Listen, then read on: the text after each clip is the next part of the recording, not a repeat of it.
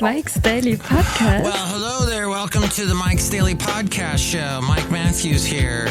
The show is called Mike's Daily Podcast. And we've been doing this show for how many episodes? Let's see, 2011. Wasn't that a great year? My name is Kevin. 2011, let's see. That was the year I was in college for a little bit, for one semester. Yes, I was taking a class on computers and business. Mike's Daily Podcast. At Chabot College, our local college in the Bay Area, in the East Bay region. It was very good. Mike's Tom Hanks went to that college. Daily way before he had coronavirus. Podcast. And got over coronavirus. Yeah! So sad to hear about the deaths that have been caused by the coronavirus. It's so heartbreaking, every single story. And then you hear about the celebrities who have gotten over it, who have gotten through it. Pink apparently got through it, the singer Pink. As well as Sarah Bareilles. Apparently she got through it. And I mention all these stories and others tomorrow on my show on KKDV FM. If you go to kkdv.com, 92.1 FM, and I'll be on the air tomorrow. Actually, let's see, I'll be on practically the whole day. Through the miracle of radio, I'll be on from 6 a.m. to 6 p.m. tomorrow.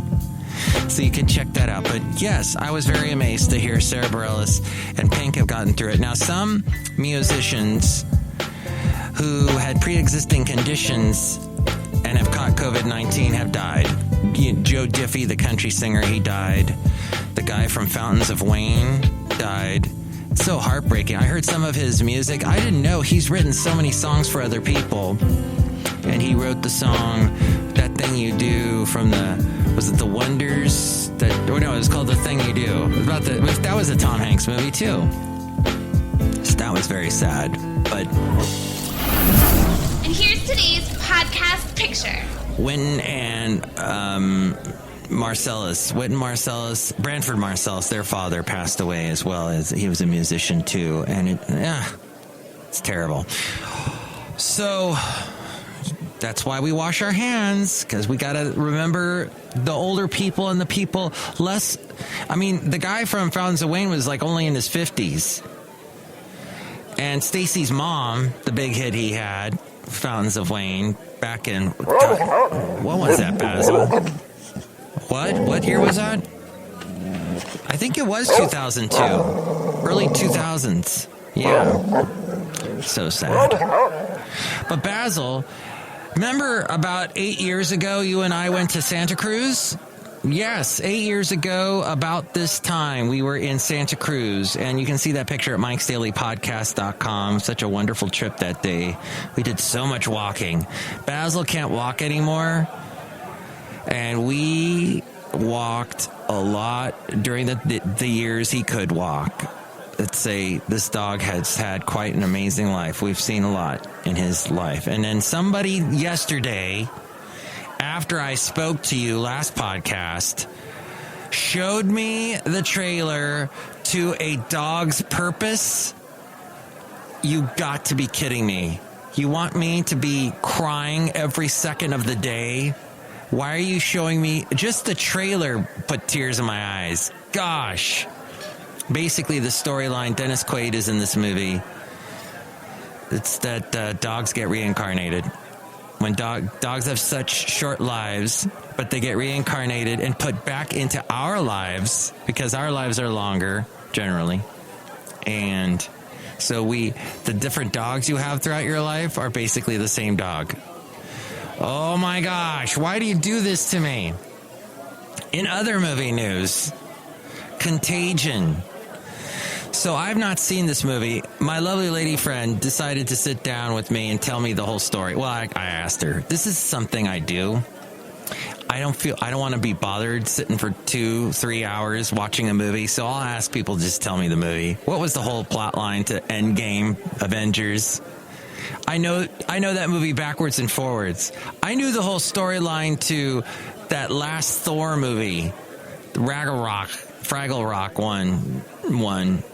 And then I knew the whole storyline, but then actually watching it, I was, this is entertaining. I like the Jeff Goldblum stuff. That was pretty good. But I'm now occupying my time watching Doc Martin, a show from England that has a very catchy theme song that's like a tango, and it takes place in the small mythical town of Portwen in England, a little coastal town, and all the people have goofy little idiosyncrasies in this town, similar to a Northern Exposure, same storyline, doctor, fish out of water. Although in this storyline, the doctor originated from this town, whereas in Northern Exposure, Joel Fleischman was not from Sicily, Alaska. He was from New York, Flushing, I believe. Hey, all that to say, my lovely lady friend, since the moment I met her, has always forwarded me, texted me stories, fascinating stories, and something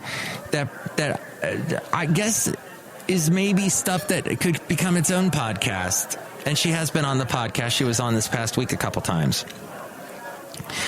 But it came out this week that Zoom has had some privacy and security problems. And a lot of people have been getting on it because it's just been the brand name. Oh, we'll go on Zoom. But there are now other ones that you should probably check out because maybe the privacy is not as good on Zoom. There are a number of apps that are mentioned in this one article that I got, that she sent to me from The Verge, TheVerge.com. They said, just in passing, there's Facebook, WhatsApp, and FaceTime that allow you to do video chats. They either require, as we go outside a cafe anyway, we're bringing Mike's Daily Podcast somewhere in Podcastro Valley today, the last place on earth. They either require that all participants be members. For example, Facebook, you need to be a member if you want to use their Facebook software or video chat thing.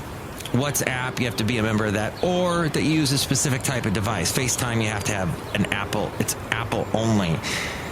But here are a list of more generalized applications that allow you to participate without having to actually register for the app, unless you're the host. Skype has one called Skype Meet Now. They've been the go-to platform for one-on-one conversations since the beta was released back in 2003, not that long ago. Yes, it was a long time ago. Its Meet Now feature, which is accessed by choosing the Meet Now button on the left side of the app, allows video conferencing. According to the website, the maximum number of participants can vary, depending on your platform and device. You can record the call for up to 30 days. You can blur the background if you have the app. There's also Cisco WebEx. Oh, God, I've known several people who have worked for Cisco WebEx. It's been around since the 90s. It was acquired by Cisco in 2007. It's mainly known as a business application. It focuses on serving companies. It has a fairly generous free version. For the current emergency, it has widened the features of the freemium version from 50 to 100 participants. And it has gotten rid of the 40-minute limit on meetings and has added call-in abilities. Hey, wait a minute. I just suddenly remembered something. So my mom, I talked to her. I've been checking in on her. Florida now has a shelter-in-place policy. That happened this past week. I haven't talked to her since that happened. I talked to her a week ago on Sunday, and she said to me, and she was talking on the speakerphone with my lovely lady friend and I, and she goes, "Hey, Schutz," because that's what she calls me, because she's German, and that's a term of endearment term in Germany. Oh, by the way, also through the magic of Facebook, have been chatting, just commenting back and forth with a cousin of mine that I have not seen in like almost 30 years, over 30 years, I would say. And he and I have been chatting back and forth. He's the son of my mom's sister. But my mom said to me, because now she's sheltered in place, but she asked me, and she has no interest whatsoever in my podcast. I've been podcasting for over 10 years, And she has just nothing, no care at all about it. But she says to me, "Are you still doing your podcast?" And I go, "Yeah." Up to episode 2011. She said, "You need to ask your listeners if they can get any information on why these bad diseases always come out of China, like SARS. And the current one came out of the Wuhan province. Wuhan. What is the deal? Why is China the epicenter of all these things?" She wants to know. And my lovely lady friend and I are going, yeah. And then later that week, Ted Cruz was asking the same question. So, I don't know. Do you know? You can call me 336MM Daily. 3 + 3 = 6. MM is a Mike Matthews Daily, as in what this podcast has been for the past couple of days. Okay, back to my other interesting alternatives to Zoom. And I used Zoom with my lovely lady friend a week ago as well, and met most of her cousins and aunts and on Zoom. And let's just say everybody was loud, and Zoom couldn't figure out which camera to pick. It's like a video producer going, "Take camera 3, take camera 1, take camera 3, 2, 4. I don't know, back and forth. And it basically zooms in on whoever, literally, it zooms in on whoever is talking or making the most movement. So I was watching this and participating in this Zoom chat. It was better than any TV show I've ever seen. Better than any sitcom, that's for sure. But there's another one called Starleaf. If you're not a company, you may not have heard Starleaf. It's a platform for large companies, the kind where you don't quote a price on their website. You have to call a salesperson. Ugh. But it's now offering its basic video and messaging product free of charge for those trying to keep in touch during the epidemic. It's up to 20 participants, 46 minutes for each meeting. Then there's another one called Jitsi, Jitsi. Jitsi Meet is an open source platform that lets you easily meet online by simply navigating to the site and clicking on Go. If you're more technically inclined, you can build your own via Jitsi Video Bridge. But most people will be happy with the quick web version, which offers many features found in more well-known apps such as chat, session recording, and the session recording goes right to a Dropbox, if you have Dropbox.com. A lot of the podcasts for the show have been uploaded to Dropbox. It also has the ability to kick out unruly participants. You can have up to 75 participants. You can have a public or private chat. And it integrates with Slack, Google Calendar, and Office 365. And I'm telling you right now, I'm going to probably check that out. There's also Whereby. Yes, Whereby, like the word where. Where is that? And buy. Whereby's free version is rather limited compared to some others mentioned. It gives you the use of a single meeting room with up to 4 participants. And that's not going to really work for a lot of people. With the Zoom things that I've done has been more than 4 people. So maybe not the best, but it does have YouTube integration, screen sharing, the ability to lock out rooms. And then there's Google Hangouts. I was wondering when this was going to pop out. I've been using that with my cousin's daughter in Germany. I've been talking to her through Google Hangouts for years now. The classic version is still available, although it is not being touted by the company, interestingly enough, which is currently pushing Hangouts Meet for G Suite users and corporate customers. It's sort of fun to go to Hangouts and see the 2017 notice saying Chat and Meet will be available for consumer users too. All that being said, if you're feeling old-fashioned, you can use Hangouts to chat with up to 10 people. There aren't a lot of additional features. You can add text messages and share screens, but that's about it. Still, if you want quick and easy, this is worth checking out. There's also Remote HQ, Talkie, High Five, and 8x8. That's the number 8, then the small X, and 8. Some of these don't have free versions. Blue Jeans is another one, but that's like $9.99 a month. House Party, a popular consumer app that lets up to 8 people use a virtual room to chat. In fact, anybody can drop into a friend's online session without an invitation. And then there's video meetups with chat apps like Slack, Microsoft Teams. And that's interesting because we actually have that at my work, but nobody uses it. So there you go. That's a pretty good rundown. Thank you, The Verge.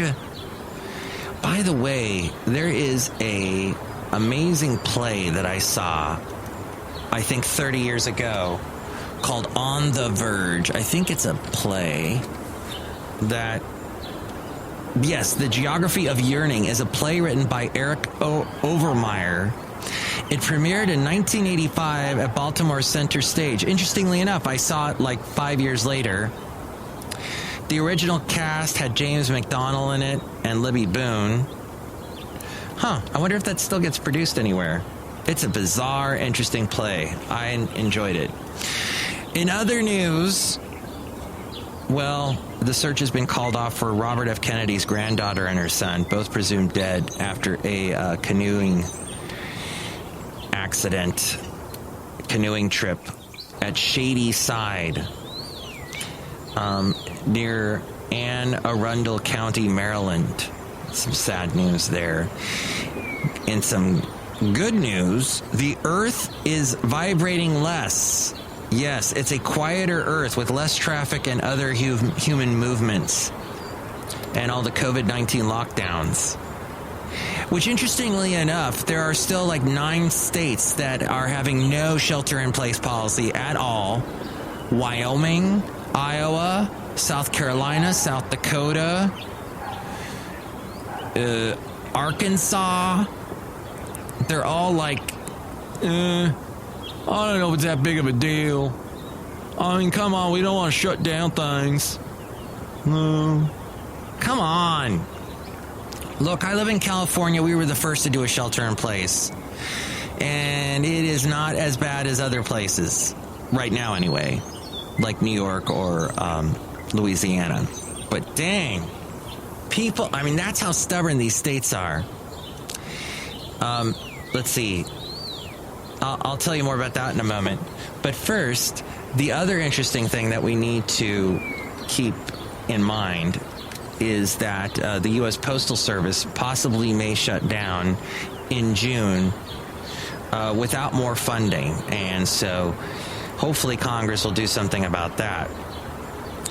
But the states that are, let's see if I can grab this story, if I zoom to the right place, zoom as it were, the states that still, 9 states, let's see, I mentioned Arkansas, Iowa, Nebraska, Governor Pete Ricketts of Nebraska.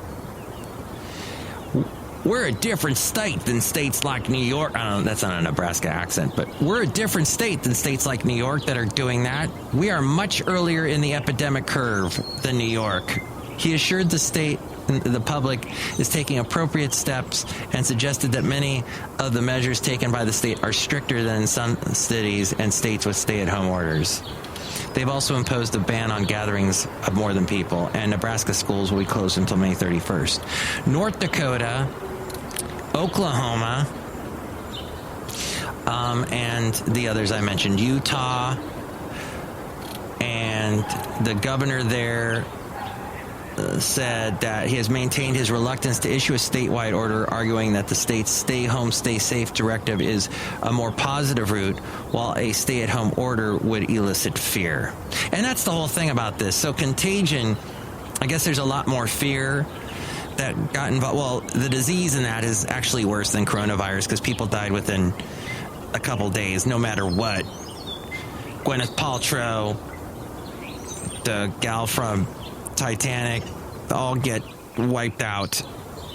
And somehow Matt Damon and Jude Law survive. But, spoilers. Anywho. All that to say that the skies in LA are clear. The canals in Venice are clean. And as Winston Churchill said, if you're going through hell, keep on going. So just keep going, everybody. Keep going. Don't give up. And remember that Lizzo went to college to learn to play the flute, and she still plays the flute as well as dances. Well, she doesn't do concerts now, but I think she's doing some stuff at home, doing some home videos. As someone I work with named Zach, he made some interesting observations. I had to work with him yesterday. One of the observations is that why are people that work in HR so hard to get along with? I don't know. Maybe it's the type of person. Yes, that's an overgeneralization, but I want you to think back at all the places you've worked and the interesting HR people that you've worked. Human resources. It's a hard department to work for. Anyway. Cafe Anyway. Lizzo apparently is posting interesting videos. Adam Sandler just came up with his quarantine song that I guess is sort of like a Hanukkah song, only now we're in this coronavirus time instead of Christmas time, and he's singing about that and how he wants to hug his mailman again someday, and how he's getting sick of his family. So come on, doctors, nurses, come up with a cure. And then, Lizzo's playing the flute on the social media. Will Ferrell is crying and screaming that he can't go out and be seen by people. Will Smith's got his own family show now on YouTube or somewhere on social media. And I'm doing my podcast from Podcastro2011Zoom, as I always do. But that's something that I've learned from Zach. Zach's grandma apparently worked in HR, and she was not that easy to work with either. I'm cleaning up exactly what Zach said, a whole bunch. Just want you to know. Hey, look who's here outside a Cafe Anyway, located somewhere in Podcaster Valley 10. Hello, Mike Matthews. It's Chely Shoehart, gift shop supervisor. Yeah, at the gift shop, we're selling a lot of stuff, but nobody can come in because we're not an essential business. That's right. We're not an essential business. Why are we still in business then? They're going to shut us down. I'm going to shut you down. Look who else is here. Oh, Mike, this is Floyd the Floorman. And this is John Deere, the engineer. The reason why we are still able to exist is that all the people at Cafe Anyway are inside of cones of silence. Mm-hmm. Where'd you get that? We appropriated it from Get Smart. Mm-hmm. I watched a whole documentary on Get Smart the other day as part of my self-quarantine. I'm so much smarter for that. That and Doc Martin. Yes, like the shoe. Yes, like the end of the show. Thank you for listening to the show. The next show will feature Benita, the Disgruntled Fiddle Player, and the Brewmaster. What do you think about all this? You can call me 336MM Daily. 3 plus 3 equals 6. MM as in Mike Matthews. Daily as in what this podcast will continue to try to be. Yay! Take it away, Eric. Mike's Daily Podcast is written and produced and performed by Mike Matthews. His podcast is super easy to find. Download or listen to his show and read his blog at MikesDailyPodcast.com. Email Mike now at MikesDailyPodcast@gmail.com. See you tomorrow. Bye!